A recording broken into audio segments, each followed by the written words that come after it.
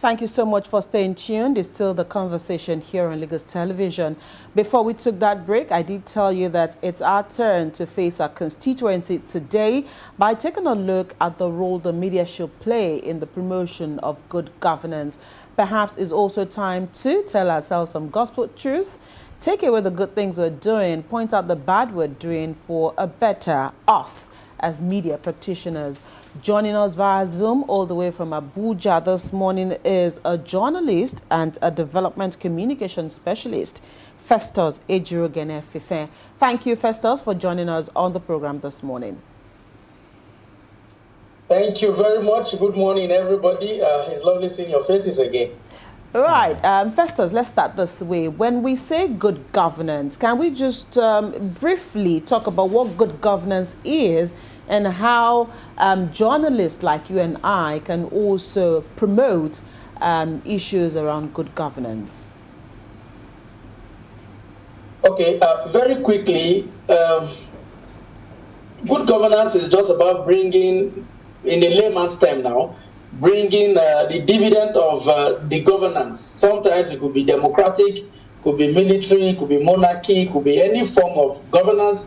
But once the people can feel the impact of governance wherever they are, not minding their status, not minding their political leaning, not minding their religion or whatever, if there is like what we normally say is you cannot say you are loving until the person that is receiving that love tells you that I am being loved. So good governance is just making sure that governance, the impact of governance gets to the people at the grassroots. And every man, every woman that belongs or that are covered under the influence of that governance should be able to say, I can feel governance in this place. And that's what good governance is. It does not really matter the big grammar or the big English we give to it. Right. Do you feel it? Can you associate with it? Can you relate with whatever they are doing? Then it is good governance. All right. Okay, we are the fourth estate of the realm, like we do call ourselves, serving as the link between the people and the government, promoting equity and justice in our society. But looking at things generally now, would you say that we are indeed promoting good governance and putting those in power on their toes to deliver? Okay, thank you very much. You know, the media practice, like we all know it, is changing. If you look at your faces, definitely anybody watching will know that you don't belong to this new generation of journalists. You know, there was a time where this what we call citizen journalism was introduced somehow. Anybody that has a device, anybody with a gadget can just film anything and begin to say what they need to say. You educate, you entertain, you enlighten. Now, if you look at what is happening, I think the media space is being hijacked by the introduction of technology in a way which is supposed to be good, but is not making it an all-comers affair. So what you see now is that the media, we are doing our best, but those that are practicing where we are right now, a lot of them have turned this holding government accountable to confrontational. You now have people that are now very biased. You now have people that now have political leaning. If there's nothing wrong in you believing in a political party as a media person or believing in an individual that you feel that can do something, but you are not supposed to have a position. You are supposed to, whenever you are doing the work, you are supposed to say, okay, this is what is happening. This is what the government is doing. This is how it will benefit.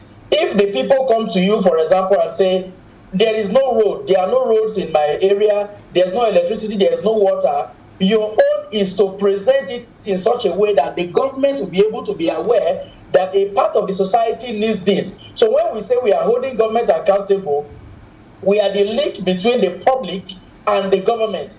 They cannot be everywhere at the same time, but we have the machinery and the manpower mostly to be in most places, even if it's not everywhere, but we are in most places. We can communicate the need of the people to the government, and we also communicate the plans and the intentions of the government to the people to create that balance. If there is any place the people are not doing too well, maybe as a result of misconception, we should be able as media practitioners to tell them, okay, this is what government is doing. There's what you and I know that there's what we call unintended effect. This is what you want to do. This is what you end up doing. Taking it from the development perspective, what we now have these days is that you realize that government is sometimes doing things, carrying out development plans that are not really the need of the people. Right. So before you develop any particular area, you must actually know what they want. Because you might want to give them road and what they want is water. You might want to give them water and what they want is electricity. So you must be able to balance it up. But we are doing the work we are supposed to do. But so many quacks coming, and we are not taking confrontational journalism, or what you call attack journalism, because that is what people fear. People fear you when you begin to attack them unnecessarily. But the main essence of calling us the fourth estate of the realm is not to take a position, is to create a balance that everybody would somehow enjoy. Okay, Festus, I like how you've broken that down, that I mean, as media practitioners, the job is what should be done and no sides taken. But while we're still on that particular point, let's quickly talk about ownership, especially for media practitioners who, of course, will work with state-owned media organizations. And so balancing ethics of the job and the dictates of your owners, where does that balance come in?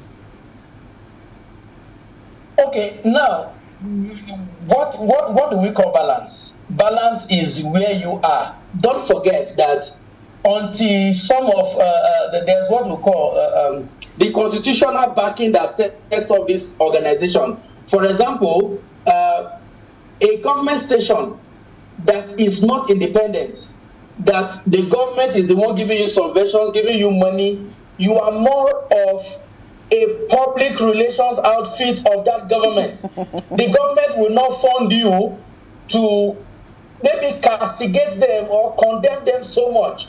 So you are supposed, if I am a media aide to somebody now, for example, I am no longer there to do the work of a journalist. I become an extension of that man to make sure that the good part of that man is seen. Right. And I will also take the feedback from the people to him in such a way that it will not damage his own reputation. So media organizations that belong to the government, if we want to really look at it, I don't want to mention names here, you realize that the government is funding you. Right. Most times, they are not also aware of what is expected of you. Some of them see you as the mouthpiece of the government to blow their trumpets, but if you have a solid editorial policy, you can create a balance without creating enmity. Right. Okay, absolutely. Okay, aside from what Abimbola raised, which is ownership now, what are the other impediments preventing media practitioners from carrying out their duties effectively in the society? We now have a lot of quacks in the business. Now, the question you should ask is that I've been following you people for a while. I don't need an angel to tell me that somehow you have buried yourself in developing yourself, in making sure that you do the work.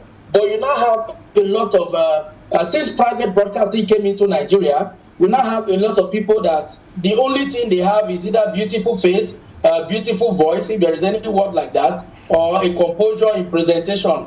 We now have a lot of quacks. That's number one. Number two, we now discover that politicians are now setting up media organizations basically as their mouthpiece. So whoever pays the piper dictates the tune. So if you see that politicians, if you look at Nigeria as a whole, which media organization now, either print, broadcast, or online, can you point to that is not really being sponsored by a known politician? So this is a problem that we are having. Another thing that is also disturbing us is that in those days while we were in school, they tell you report and be damned, do this, do that, do that. Quacks have risen to position of authority in the media space today. Quacks are now the ones that are calling the shots. So professionalism is being thrown to the wind. So what we now see these days are people that don't even know the basics, their ethics of this job. And the ethics are mostly not what you... If you violate it, nobody carries gun and shoot you. Nobody takes you to prison. But the environment you create makes it almost impossible for the practice to be done in such a way that everybody will smile. The aim definitely is not to hit hard on somebody. That is what you see when you have, like, as a young reporter, we want to ask questions that will not add anything to the media space or development. We don't say, I want to disgrace the man. I want to show you that I know how to ask questions. It just gives you this euphoria. But when you get older, you realize that those things don't actually bring about any form of development, and it does not make the life of an average Nigerian better. So because we now have quacks that don't know the rudiment of this, is becoming an impediment to the proper or ideal practice of what we have today as the fourth estate of the realm. So quack is a problem. Media ownership belonging to politicians, they set it up just because they want to front their political voice, and they will now have a lot of hobnobbing between politicians and media executives. That is a challenge. But in all this, we can still strike a balance, and we can still make it good if development is our goal, and not necessarily blowing our trumpet and some other very terrible things that we now use the media for these days. All right. Festus, you've mentioned quackery, ownership for personal reasons as a few of the challenges currently facing, the media space. You also mentioned online journalism as also a big issue here. Can we quickly delve into issues around misinformation, because we realize that that is also becoming endemic on the profession itself. So how do we begin to look at issues around misinformation vis-a-vis our role as gatekeepers at informing the public, either for good or for bad? So misinformation, what level of destruction is this really causing on the job? So much. It's destroying so much. Most times when I appear either as a guest or analyst on stations, sometimes I will realize carefully that even the person interviewing me or the person championing the cause has his own, or they have their mindset already. Now we have misinformation. We also have disinformation. We have people that deliberately spread falsehood in order to gain what we now refer to as traffic, because they say their content is not being monetized. So they just, you know the slogan already. Good news is bad news, and bad news is good news. So because people just want followership, because people just want traffic on their page, people can now sometimes go and shoot go and bring visuals of 10, 15 years ago and say this is currently happening in also place, and this is happening in also place. Regulation is a problem in this country, but because of lack of trust, one thing in Nigeria, I will say it carefully now with all sense of responsibility, most of our regulatory agencies don't even know what they want. Before you know, it becomes an organ of people that don't like free press or other things. The challenge we have is that the media space must be regulated. If there are, in those days, you agree with me that while you were in school, the defamation libel was taken very, very seriously. Right. But because of the facelessness of people that are putting content out there these days, it will even be difficult for you to track who is behind what medium and who is saying something. And because some people just want traffic, they do a lot of things. So misinformation, disinformation is doing so much damage to us. Now people no longer really read deep. In those days, they tell you, balance your story. You hear from the other side. Perfect example is, there is a story that is currently making the trend from yesterday to today about a young military man that they said the wife poured him petrol and set him on fire. Now, earlier today, another angle came out that the military high command have cleared the woman of every offense, that actually it was the man that was using the petrol and fire to threaten the woman, and somehow there was an accident and he was caught by his own mistake or whatever. But a lot of people ran with that narrative that came out first. And let me tell you, for you to know that there is a problem. Some marriages would have had a problem between yesterday and today, that the first narrative came out. Some wives would have been telling their husband, you cannot kill me, I will kill you first. Some husband will be telling the wife, but they are all based on false narrative. Right. So there is so much harm that is doing to us as a country. do we want Nigeria? We cannot practice journalism or we cannot practice anything that has to do with the media if there is no Nigeria. So we must take that one very seriously first before we begin to look for how much can I gain from misinformation, how much can I gain from disinformation, what is the benefit for me, and some other things like that. So it's doing us so much harm, but it's because there is no regulation. And I'm also skeptical about talking about the regulation so that we'll not go back to decree number 4, right, where clamp down is all such a thing that you don't understand it. So it's not a very good thing, but these are reality for now. We have to look for a way until we regulate the media space. It will be difficult to eradicate misinformation and disinformation if there are no consequences for pushing out the wrong narrative there that mislead others. Right. Okay, Festus, earlier you mentioned the practice of media and politics. Why is it that when media practitioners generally, they do speak truth to power, but once they get appointment, they start singing another tune and finding criticism a bitter pill to swallow? So how do we separate the practice of media from politics? Okay, now when you are appointed, you are no longer appointed for criticism. You are appointed to help bury the opposition voices. That is the truth. Even when they are saying the truth about it. Even when they are saying the truth? The truth is relative. That is what we don't want to hear. For example, if you are in Lagos, we say it in Lagos in those days that the bad road that the taxi driver does not like or the motorist does not like is what the person selling gala likes so much because it creates traffic for them to do their business. It creates traffic for them to do their business. The person selling pure water and some other things that you have there is so. The truth is relative. The man that is in politics knows that people will attack him.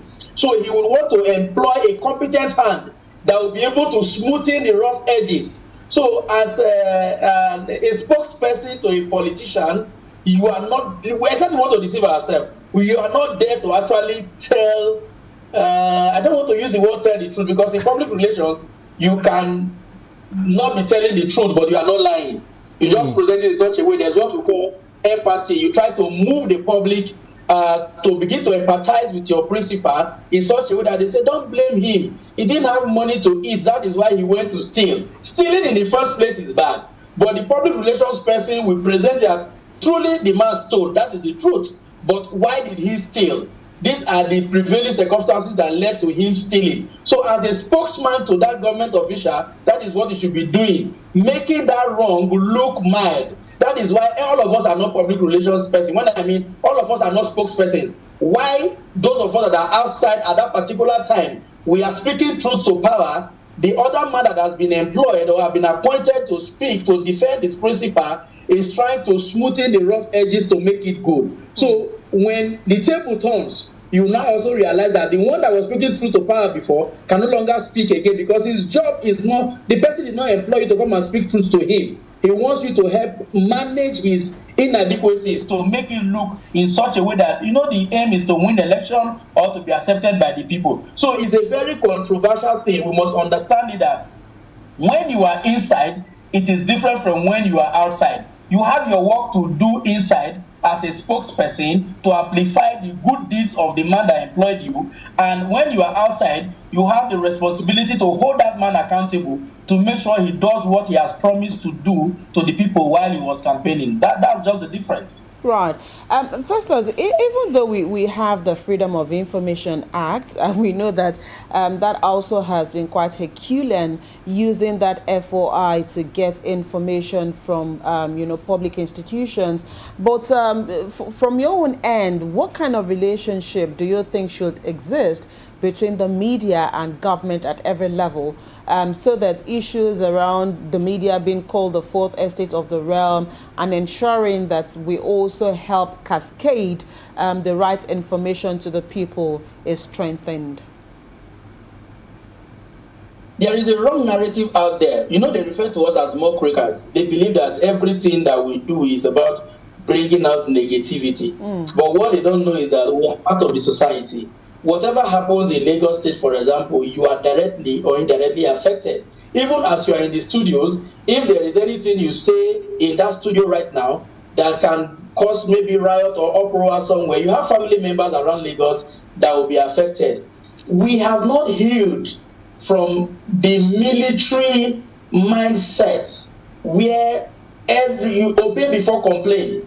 If you go to some places, some government officials don't even know you. They hate you before they even see you. They just say, this one, journalist, why should I talk to him? I don't need to talk to him. You know, for us, because of the training that you and I get, you know that we are able to sieve everything. We don't listen to what people say. We listen to what they are not saying. That is what we use in forming our opinion most times. But the thing is, freedom of information wouldn't be a big problem if what you are looking for is what I am looking for. An average newsmaker should make journalist his or her friend, because no matter how I don't want to use the word pretend, no matter how we come out to be very, very strong, I can tell you for a fact that the most patriotic set of people you have in this country are journalists.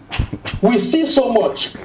We don't say everything we see. Even the little that we report is just snippets. Because some of the things that we hear, some of the things that we say, if you say it at the end of the day, you'll be asking yourself, to what end? You remember what happened in Rwanda.